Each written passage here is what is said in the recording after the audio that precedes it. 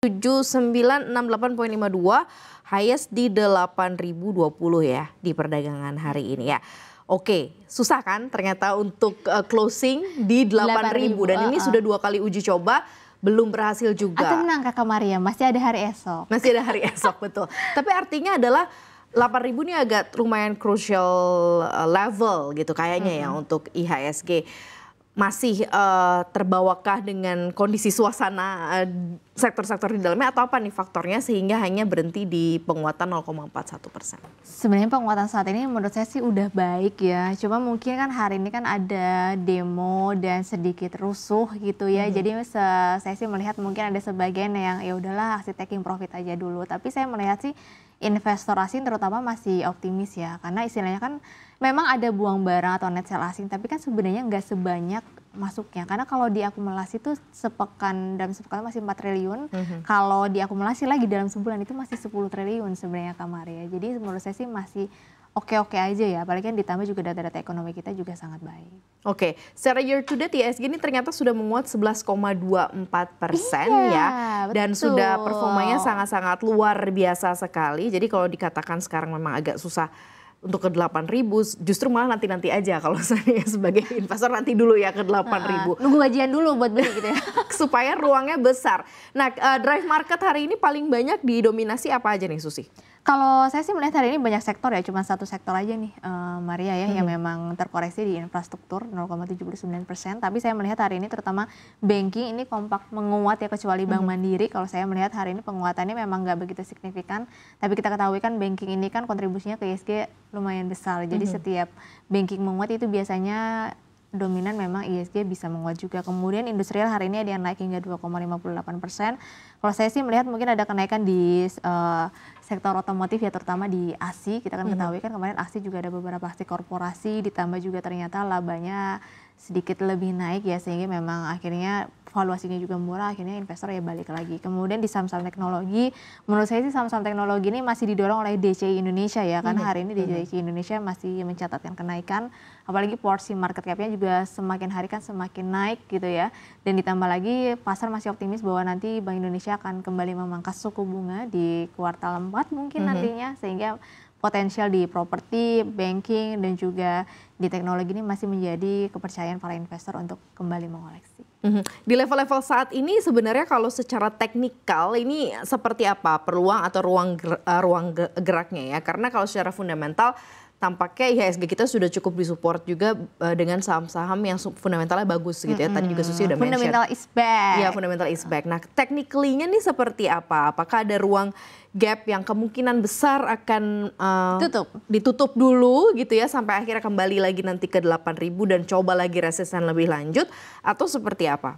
Kalau menurut saya sih setiap namanya kenaikan ya, Maria itu harus ada penurunan sehat dulu gitu ya, koreksi sehat. Tapi saya masih optimis bahwa IHSG hingga akhir tahun masih mampu bertahan menembus level 8.000-an. Karena kalau saya melihat juga Danantara harusnya nanti ikut kontribusinya adalah nanti memberikan proyek terhadap beberapa sektor-sektor yang tentu saja menguntungkan beberapa perusahaan yang sudah TBK. Kalau untuk secara teknikal harusnya ya kalau mau koreksi cuma di level 7.700 hingga level 7.800 itu level support yang paling dekat. Tapi kalau sedikit lebih jauh mungkin di level 7.600-an. Tapi menurut saya harusnya di awal September itu biasanya ada koreksi sejenak ya, kan biasanya juga ada beberapa data yang rilis sambil menanti data rilis biasanya pasar cenderung wait and see, akhirnya biasanya ada koreksi sehat. Tapi kalau koreksi sehat menurut saya sih nggak terlalu jauh ya, karena kan mengingat September harusnya bisa menjadi bulan yang baik juga, apalagi kalau The Fed jadi pangkas suku bunga.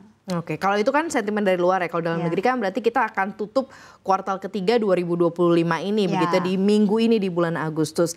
Kinerja performa emiten akan seperti apa ya di third quarter ya, sehingga akan memacu juga koleksi yang terjadi nih di fourth quarter atau di kuartal terakhir di 2025 ini? Kalau saya sih melihat di kuartal 3, kuartal 4 atau masuk di semester 2 harusnya banyak sektor yang tadinya cenderungnya mencatatkan penurunan kinerja harusnya bisa lebih baik. Karena pertama kan kemarin kita sudah melihat ada beberapa insentif-insentif kebijakan itu kan masuknya di semester 2 ya hasilnya. Dan itu harusnya nanti bisa berpengaruh terutama terhadap sektor perbankan. Jadi sebenarnya kan kita udah melewati fase-fase cycle-nya beberapa sektor ya, batubara udah lewat, kemudian juga minyak udah lewat, komoditas itu sebenarnya semua udah naik.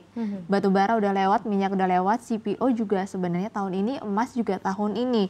Kemudian tambah lagi cycle-nya konglomerasi juga tahun ini. Nah menurut saya di semester 2 harusnya next cycle-nya adalah sektor perbankan.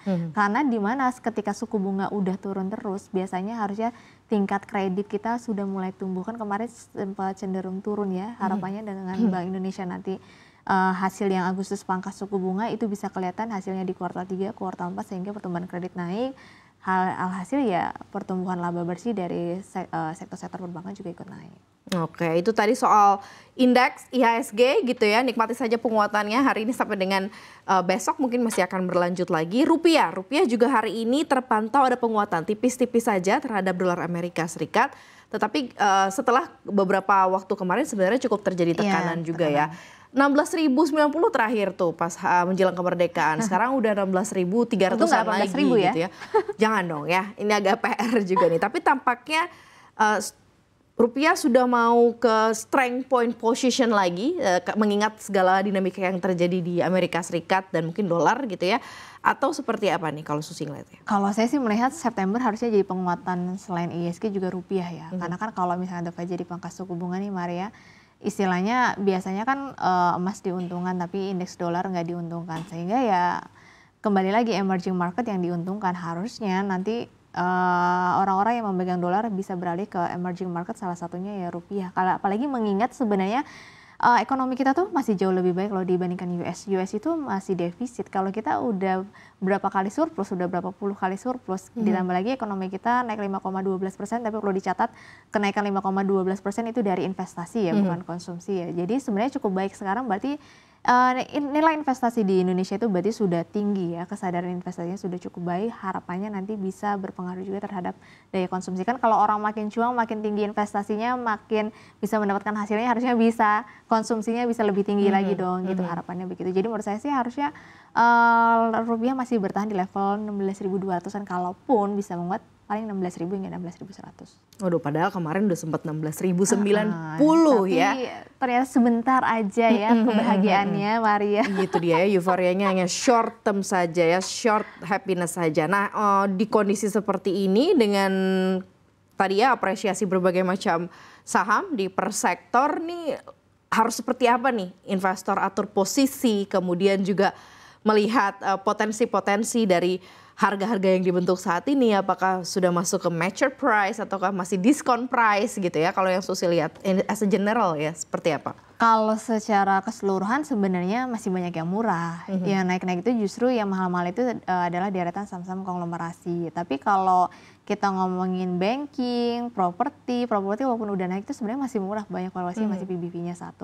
Mungkin teknologi sih ya sudah mulai mahal karena banyak saham yang udah naik ratusan persen cuma dalam hitungan bulan aja ya. Contohnya udah kelihatan banyak, ada WRG, DCI gitu ya. Tapi kalau saya melihat secara keseluruhan sebenarnya valuasi ISG itu saat ini belum terlalu mahal sih, dengan ekonomi yang tumbuh, dengan kita masih surplus, kemudian net buy asingnya masih tinggi gitu ya dibandingkan dengan pasar-pasar lain kan kayak China itu menurut saya sih masih okean kita lah gitulah, karena dari sisi suku bunga kita juga sudah sangat rendah, makanya siapa sih yang nggak mau berinvestasi di tanah air. Makanya kalau kita lihat akhirnya investor asing sudah mulai masuk lagi, bahkan dalam sebulan sudah tercatat 10 triliun rupiah.